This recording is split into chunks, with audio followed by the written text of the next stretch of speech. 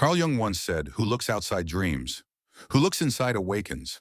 Maybe you've spent years chasing things on the outside, success, recognition, goals you set for yourself, approval from others. But the further you went, the more it felt like something essential was slipping away yourself. You're not alone in that feeling. In analytical psychology, Jung called this the shadow, the inner darkness we hide or deny.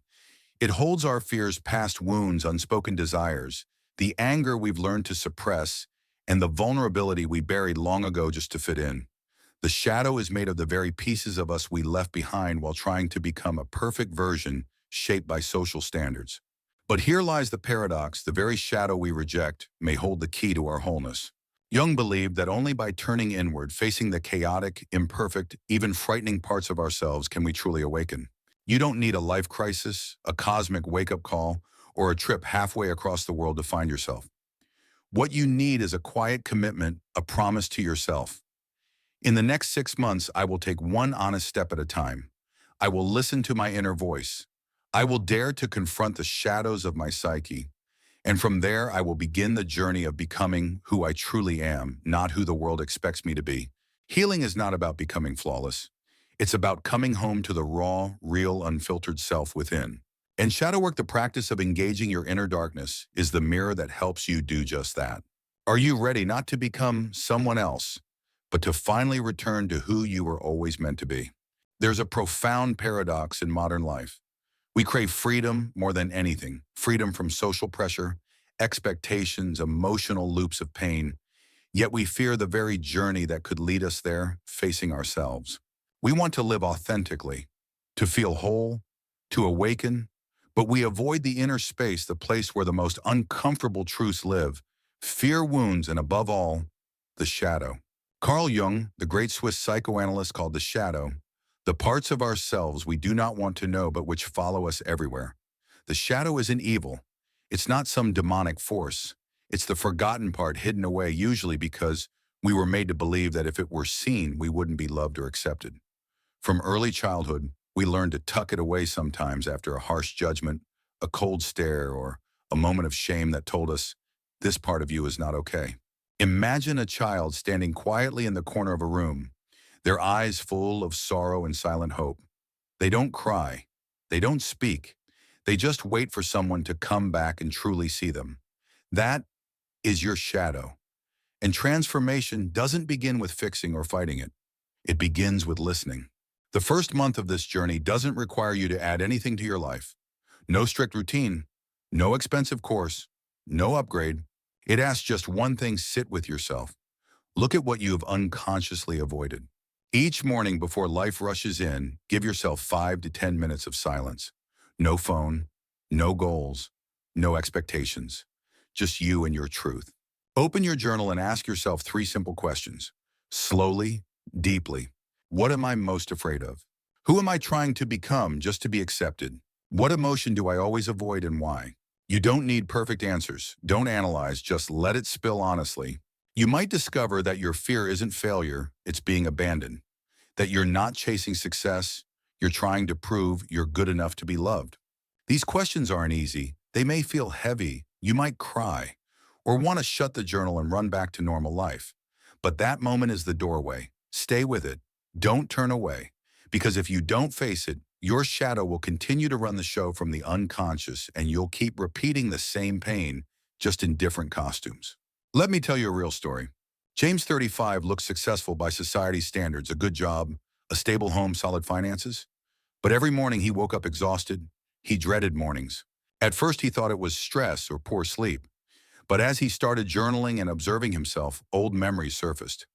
Mornings in his childhood home were tense. His parents arguing, cold silences, rushed footsteps. Subconsciously, mornings had become linked to anxiety and fear. That imprint stayed with him for 30 years, quietly shaping his reality. Once James saw this, he didn't blame anyone. He didn't force change.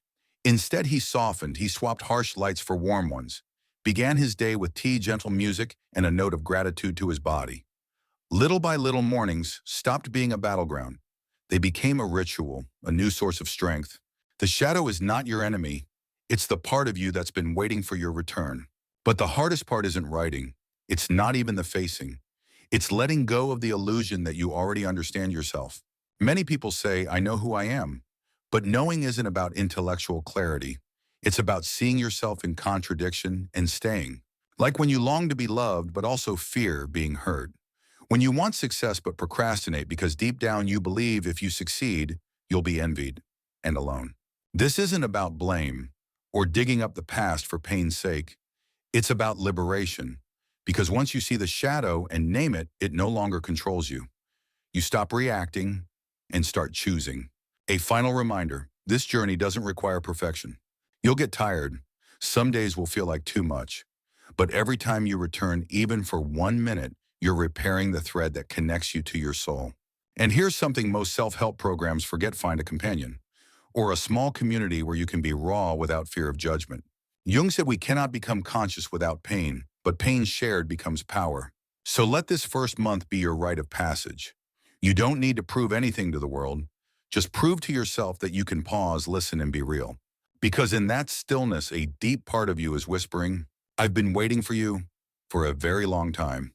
Once you've stepped into the darkness, face the unconscious parts of you that used to control your life. Now, it's time to move to the next chapter. A question that seems simple but holds immense power. If I were no longer ruled by fear, what kind of life would I truly want to live? Carl Jung once said, your vision will become clear only when you look into your heart. Who looks outside dreams, who looks inside awakens. And indeed, true vision doesn't emerge from strategic plans or trying to mold yourself to fit society's expectations. Vision becomes clear only when you gaze into your own heart, the place that holds your memories, your feelings, and the dreams you've never dared to speak aloud. Vision is not a goal. In today's world, vision is often confused with goals, KPIs, metrics, and achievements. But in Jungian psychology, vision is not a wish list or a financial target. Vision is a vivid, emotionally charged image of a life where you feel belonging, a life where you don't have to push or prove anything. It's not something you think with your head, it's something you feel in your bones. Imagine stepping into a space shaped by your soul, soft lighting your favorite scents, the sound that makes you feel safe. You're surrounded by people with whom you can just be, no masks, no defenses. Your work isn't perfect, but it's deeply aligned with your passion. That is vision. Why does vision matter? Because the human brain doesn't operate on cold logic, it responds to images, emotions, and symbols. Jung called this the language of the unconscious. You can set a goal like I want to make 10K a month. But if your unconscious doesn't believe it's possible, if you've never felt it through active imagination, your body won't buy in. And if your body doesn't believe, you'll procrastinate, self-sabotage, or give up before you begin. That's why so many people set goals and never reach them. They've never felt their future with their heart. Vision ritual, a conversation with your future. This month, you don't need a business plan or a step-by-step strategy. You just need one deep ritual. Write your future in the present tense through all your senses. Not I want to, but I wake up to warm sunlight pouring into my room. I eat breakfast in peace without rushing. I do work that makes me proud even on challenging days. I talk to someone I love with full presence and no judgment. The more detail, the better. Feel the air, hear the sounds, sense the emotion. And remember, if what you write doesn't move you, it's not yet your true vision. Goals versus vision. What's the difference? Goal: I want to run a marathon. Vision: I am someone who honors my body, lives with discipline, and keeps expanding my limits. Goals are numbers. Vision is identity. Goals can be canceled by weather, scheduling, or mood. But a vision, if it's deep enough, will pull you out of bed, even when life feels like it's against you. What if you don't know what you want? A common trap on this path: I don't know what I want. But that doesn't mean you have no dreams. It just means you've been disconnected from them for too long. Try asking, when I was 10, what made me lose track of time? What have I always loved doing, even if no one paid me? If money or approval didn't matter, what would I do this Monday morning? This isn't a career quiz. It's a soul reawakening, a call to the imagination that's been silenced by criticism and neglect. Elevate your vision. Speak it out loud. Don't keep your vision trapped in a notebook. Speak it. Jung emphasized the power of symbols and language. When you speak the image inside your heart, you give it life. Active imagination only becomes powerful when it crosses into the real world. But share it with the right person, someone who holds safe space, listens without judgment, offers no unsolicited advice, and doesn't pour cold water on a dream you've just barely begun to name. To speak your vision is a sacred act. It's the first step in turning your inner world into your outer reality. In short, this month, you don't need a 5-year plan. You just need one question asked again and again every morning, every evening, every time you feel lost. If I were truly honest with myself, how do I really want to live? Not how you should live, not how others expect you to live, but what your heart in its rawest, realest form longs for. If you practice this vision ritual consistently, something magical happens. Your vision begins to call you back. It stops feeling like a faraway fantasy. It becomes a quiet but powerful pull. It shows up in dreams and silent moments in a random song. And day by day, you'll feel yourself getting closer to yourself.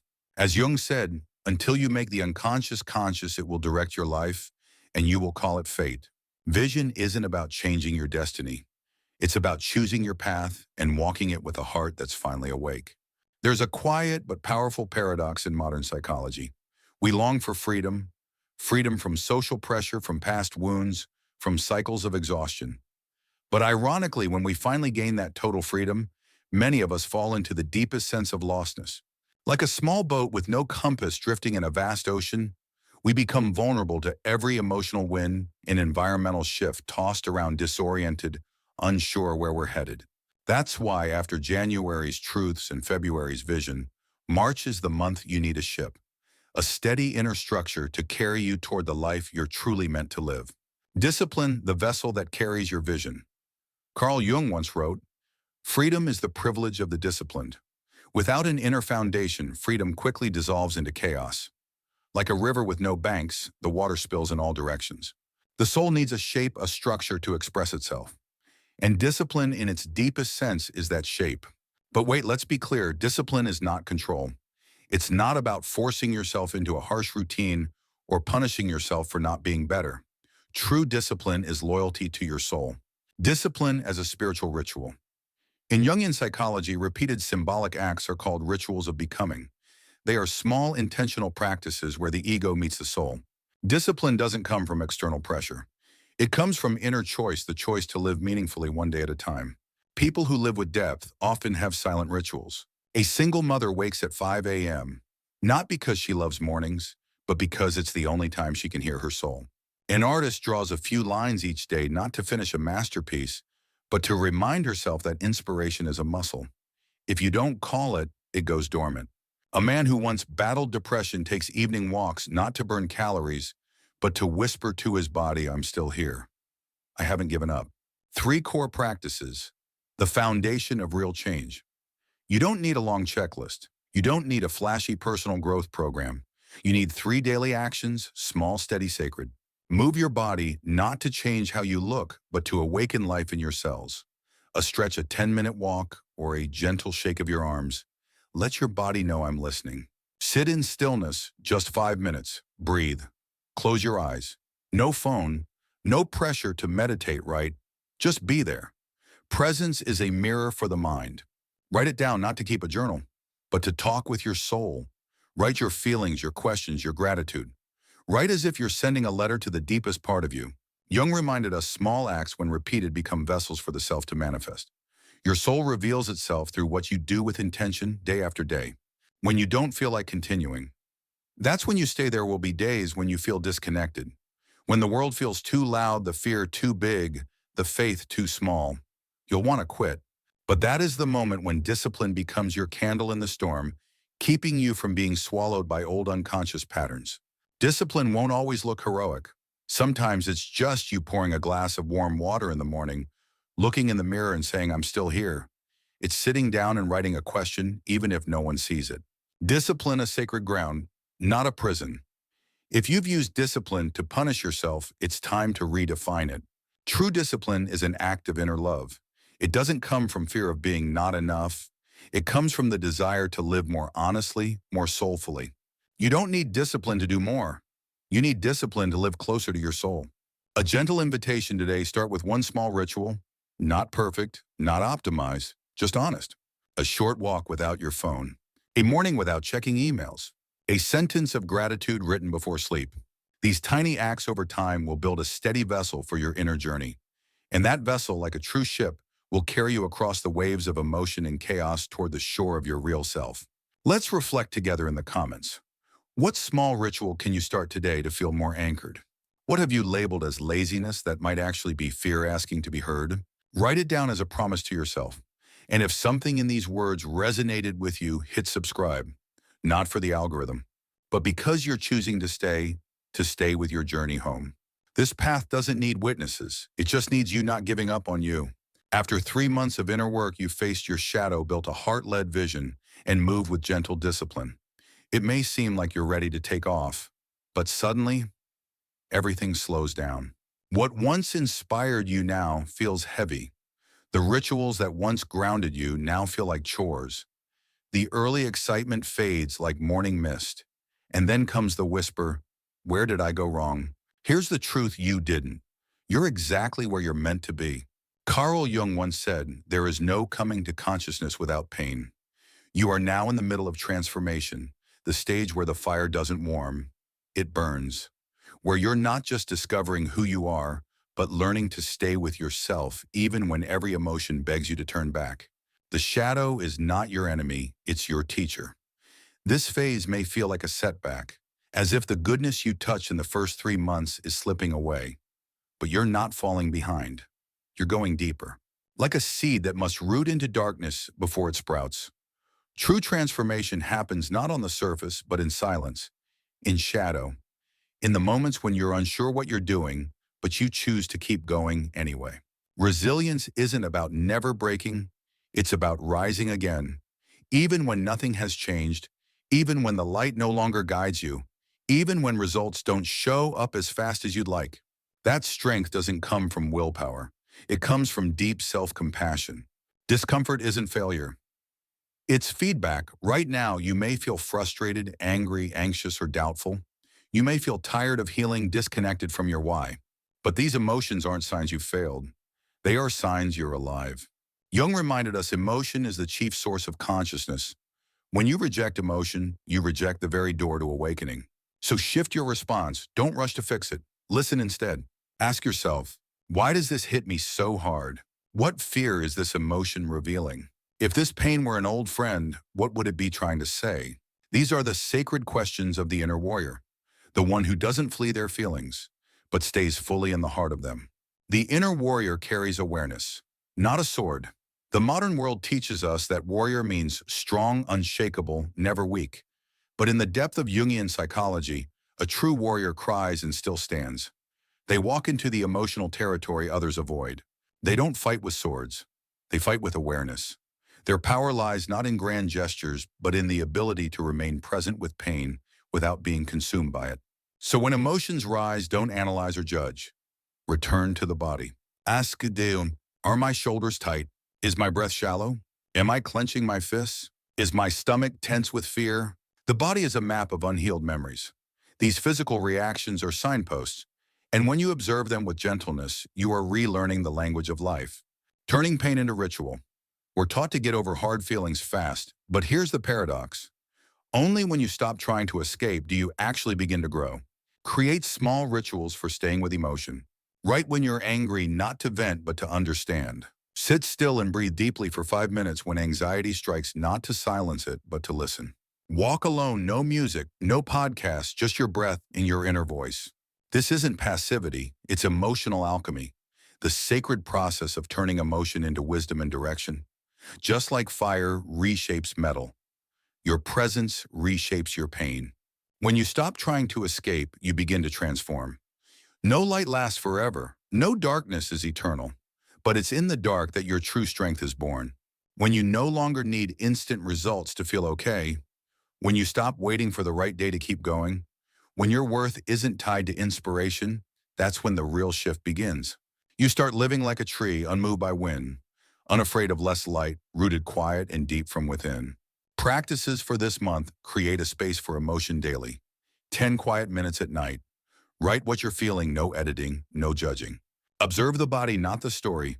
Track how your body reacts when anxious. Where does it show up again and again? Choose one ritual to sit with your shadow. Not to fix it, but to live it as part of you. And if you're in this phase right now, don't retreat. You are not off course. You're just entering a deeper layer of your becoming. You don't need a blazing spotlight.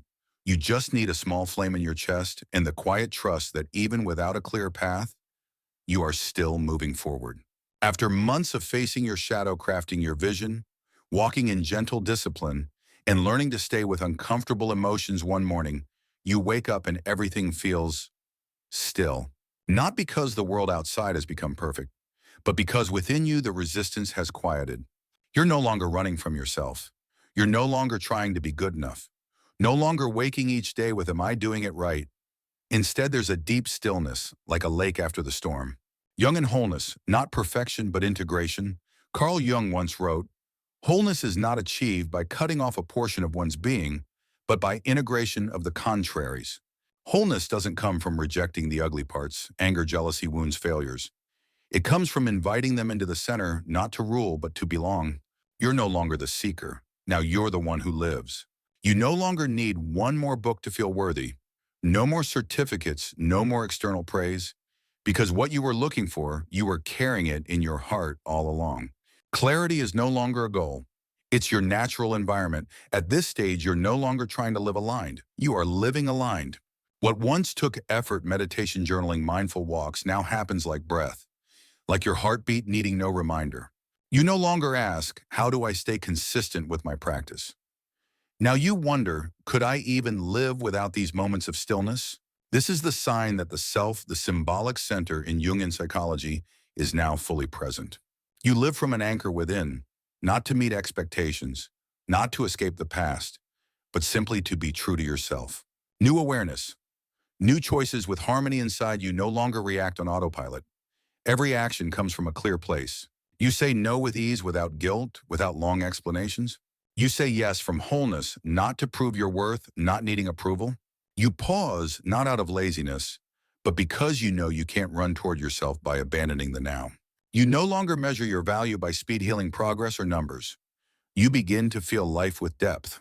When the inner shifts, the outer does too. As your inner world changes, your outer world begins to shift. You notice not everyone will walk with you forever.